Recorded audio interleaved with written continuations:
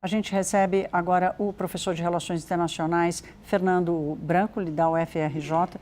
Professor, bem-vindo. Que bom recebê-lo aqui no Hora H. Muito obrigada. Boa noite. Boa noite, Thaís. Boa noite quem acompanha a gente. Sempre um prazer conversar com você por aqui.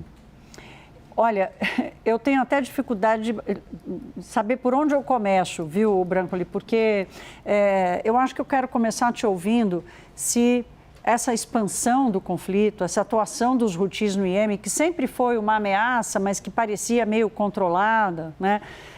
Os ataques a outros países, esse é um novo normal? O mundo vai ter que se adaptar a isso? Qual é o grau de perigo que você enxerga hoje?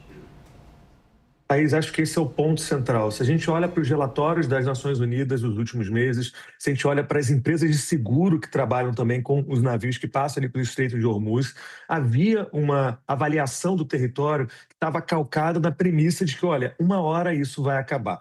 Uma hora a gente vai ter um acordo entre Estados Unidos e Irã e a gente vai voltar, de certa forma, ao que tínhamos antes do início do conflito. Como você bem coloca, pela primeira vez começam a aparecer agora relatórios e análises sofisticadas dizendo, olha, talvez não fique bem assim. Talvez o novo normal, como você colocou, Thaís, seja o estreito abrindo e fechando, dependendo do mês que a gente está falando, a entrada de atores fora do contexto iraniano, como é o caso dos Houthis ali no Iêmen, próximo daquela região, fazendo com que territórios alternativos, né, Trump vinha argumentando, a gente não precisa mais passar tão perto do Irã, a gente pode sair um pouco daquele contexto. Bom, os Houthis estão ali do lado e vão atacar navios que saiam dentro desse tipo de contexto e a gente volte para esse tipo de normal. E aí, Thaís, como você comentava agora na programação, isso vai implicar necessariamente consequências para a economia global, porque a gente vai ver preços de seguro de navios, o preço do petróleo aumentando, e também para a geopolítica, na medida em que dificilmente teríamos nesse novo normal um contexto em que o Irã se reaproxima dos Estados Unidos, do Ocidente, que a gente tem algum grau de normalização dentro desse tipo de contexto. Então, a gente está falando de uma nova fase, sim, Thaís. Eu lembro que a gente conversou algumas semanas e a gente falava, olha, talvez aí tenhamos uma esperança a médio, a longo prazo. Não é, eu diria, exagero afirmar. A gente está entrando num momento em que, sim, talvez o nosso novo normal seja de um conflito começando e terminando, um entre e sai bastante complexo, né?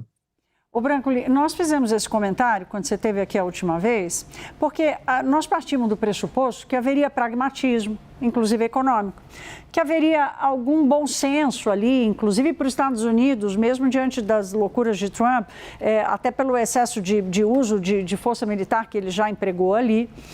Aí eu te pergunto o seguinte, o que conta a história de sucesso, entre aspas, né, dos países do Oriente Médio nas duas últimas décadas foi exatamente a prevalência desse pragmatismo econômico.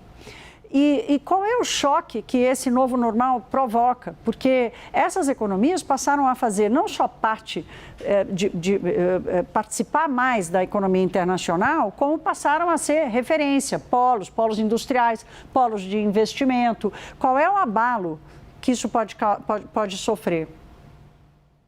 Thaís, isso é um ponto interessante, porque se a gente olha, como você coloca, ao longo das últimas décadas, a relação dos Estados Unidos com os países do Golfo, Arábia Saudita, os Emirados Árabes, todos partiam de uma premissa, de uma tentativa de normalização do território para que a economia, para que riquezas fluíssem dentro desse tipo de contexto. Não à toa, a gente observa agora uma disputa e pelo menos um antagonismo cada vez mais explícito entre os Estados Unidos e os parceiros do Golfo. Não à toa, a Arábia Saudita, os Emirados Árabes Unidos, o próprio Catar, vem incentivando os Estados Unidos para, olha, a gente precisa chegar a algum grau de normalização, porque a gente está perdendo muito dinheiro, a gente está perdendo economicamente de maneira potente.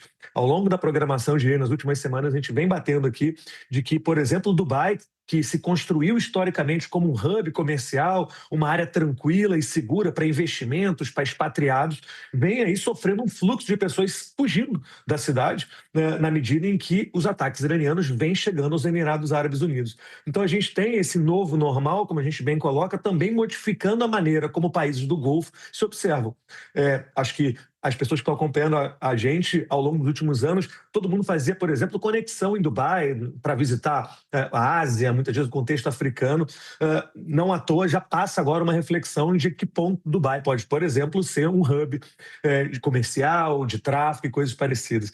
Então, repare, Thaís, a gente está falando de um contexto geopolítico, ou seja, de disputa, de conflitos, né, entre os Estados Unidos e o Irã e Israel, mas a gente está falando também de mudanças econômicas profundas, que, de novo, podem impactar o nosso bolso aqui no Brasil. Quando aumenta o preço do petróleo, a gente tem impacto na nossa inflação também. Quando a gente pensa em aumento do preço de fertilizantes, né, Thaís, que você falava agora mais cedo, isso vai impactar o agro no contexto brasileiro. Então, eu gosto sempre de comentar, né, a gente está falando de um conflito que tem esse impacto humanitário, que é complicado do ponto de vista humano, né, a gente está vendo pessoas sendo mortas nesse contexto, mas isso vai impactar também o nosso bolso por aqui. Então, não à toa, a gente tem que observar de maneira muito atenta esses processos, né? Quando impacta o bolso, né, professor, sabemos bem, acaba gerando questões também humanitárias, ainda mais num preço tão básico da economia como é nos dois, né, energia e alimentos. Aí sim nós estamos falando de uma pré-condição de uma crise humanitária de outra natureza. Agora, professor, na semana passada nós recebemos a informação de um pré-acordo ou de um acerto ali entre Estados Unidos e a Arábia Saudita, um acordo nuclear. Eu não sei se isso já era esperado, qual é a referência que isso cria. Donald Trump seria a favor desse acordo, com condições ali meio questionáveis. O que isso nos conta desse novo normal? Thaís, esse acordo ele vem sendo ventilado há alguns anos e o argumento inicial era de que a Arábia Saudita receberia, do ponto de vista estratégico, só a transferência para enriquecimento de urânio para fins médicos e não se converteria numa lógica de produção de artefatos nucleares. Então, a princípio, seria um acordo nuclear para garantir esse tipo de movimentação. Agora, ao longo das últimas 3 semanas, Thaís, isso já vem trocando para a possibilidade de enriquecimentos cada vez maiores. Não se fala de bomba ainda no contexto saudita. A ideia de que a Arábia Saudita se nuclearizaria dentro desse tipo de contexto. Mas, de maneira bastante clara, na medida em que o confronto com o Irã vai ficando mais explícito, a imprensa, inclusive saudita, e membros da realeza na Arábia Saudita vêm dizendo que o país que reage precisa, de alguma maneira, garantir esse tipo de armamento. O que, do ponto de vista prático, Thaís, seria um desastre, né? A gente lembra que desde a década de 90, do final da Guerra Fria, a gente vinha num processo de desnuclearização, né, de países ao longo do globo, mas ao longo das últimas décadas a gente viu uma retomada desses processos, né, de países que, obviamente, detêm artefatos nucleares, aumentando o número de ogivas disponíveis, e países que não têm, como é no contexto saudita, buscando esse processo. E vale a pena lembrar, né, Thaís, o próprio conflito agora entre Estados Unidos e Irã diz respeito a um embate sobre se o Irã está ou não tentando desenvolver um artefato nuclear, o que entra dentro desse tipo de escopo. Agora, repare, a gente está falando de um mundo mais instável, de um mundo em que conflitos ficam mais aparentes e começa a soar não muito longe a ideia de que países, para se defender, deveriam ter um artefato nuclear. Eu lembro, né, Thaís? A Coreia do Norte diz, olha, a melhor coisa que eu fiz foi arrumar um artefato nuclear. Repare que o Irã não tem e foi atacado. Eu estou aqui tranquilo. Então, a ideia de um artefato nuclear começa a aparecer como um elemento interessante, o que, obviamente, não torna o mundo mais seguro, torna a gente vivendo num espaço de maior instabilidade, né?